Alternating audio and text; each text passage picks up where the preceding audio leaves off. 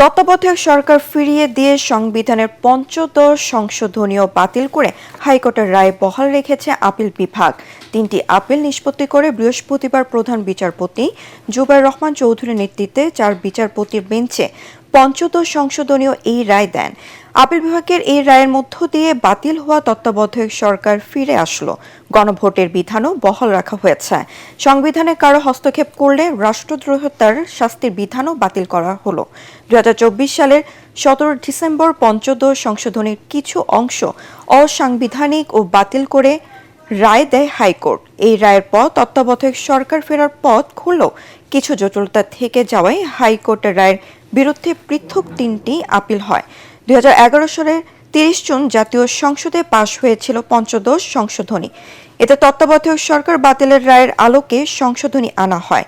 নারীদের সংরক্ষিত আসন 50 করা হয়। অবৈধভাবে ক্ষমতা গ্রহণ করলে সংবিধান স্থগিত বা বাতিল করার শাস্তি সহ প্রায় 54টি বিষয় সংযুক্ত করা হয়েছিল।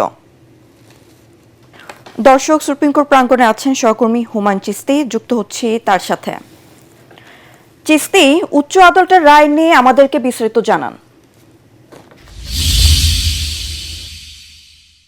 ঘোষণা করা হলো, এছাড়া বাকি যে বিষয়গুলো ছিল এগুলো মহান জাতীয় সংসদের উপর ছেড়ে দেওয়া হয়েছে। মহান জাতীয় সংসদ আমাদের এক্সপেকটেশন হবে পাশ করার ক্ষেত্রে জুলাই চার্টারের বিষয়গুলোকে বিবেচনা করবেন, কারণ জুলাই চার্টারটাও আমরা দেখিয়েছিলাম আপিল বিভাগে। জুলাই চার্টারে বেশ কিছু বিষয়ে ঐকমত্য পোষণ করা হয়েছিল। এই বিষয়গুলো করতে, অ্যামেন্ডমেন্ট আনতে কিংবা সংস্কার করতে পার্লামেন্টের সামনে আর কোনো বাধা থাকলো না। ফরমেশনের ব্যাপারটাও কি সংসদ ঠিক করবে? সরকারের ফরমেশনটা শিশির ভাই, সংসদ কোন বিষয়গুলো ঠিক করবে? শিশির ভাই, সংসদ কোন বিষয়গুলো ঠিক করবে? এইটা জাতির পিতা সহ কোন বিষয়গুলো একটু ডিটেইলস বলেন। হ্যাঁ, সংসদ ঠিক করবে। যেমন ধরুন আমাদের অনুচ্ছেদের 4-এর এ, এখানে ছিল ছবির কথা, জাতির পিতার কথা। এই বিষয়টি যেহেতু একটা নীতিগত সিদ্ধান্তের বিষয়, এই জন্য এটি সংসদের উপর ছেড়ে দেওয়া হয়েছে। বাংলাদেশের সংবিধানের প্রস্তাবনায় ছিল 4টি মূলনীতি থাকবে। একটা হবে ন্যাশনালিজম, একটা হবে ডেমোক্রেসি, একটা হবে সোশ্যালিজম, আর একটা হলো সেকুলারিজম। কিন্তু মাঝখানে পরিবর্তন হয়ে সেকুলারিজমের জায়গায় হয়েছিল সর্বশক্তিমান আল্লাহর উপর পূর্ণ আস্থা ও বিশ্বাস এবং বিসমিল্লাহির রহমানির রহিম। এই বিষয়গুলো কি হবে এটা ঠিক করবে জাতীয় সংসদ। এইটি বর্তমান আদালত ঠিক করে দেননি। একই সাথে রাষ্ট্র পরিচালনার মূলনীতি কি হবে এগুলো বর্ণনা করা আছে আর্টিকেল 8, 9, 10, 11 এবং 12। এগুলোতে কি বিধান হবে এগুলো নির্ধারণ করবে জাতীয় সংসদ। আর্টিকেল 38 সভা অ্যাসোসিয়েশন করার স্বাধীনতা, right two freedom of association, এটি পরিবর্তন করা হয়েছিল পঞ্চদশ সংশোধনীর মাধ্যমে।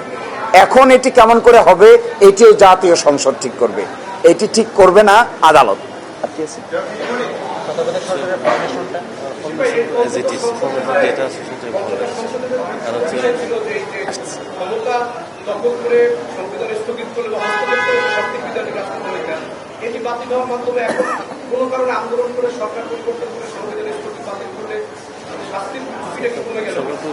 না না, এখানে আপনি এটা একটা weird, that was an weird constitutional proposition.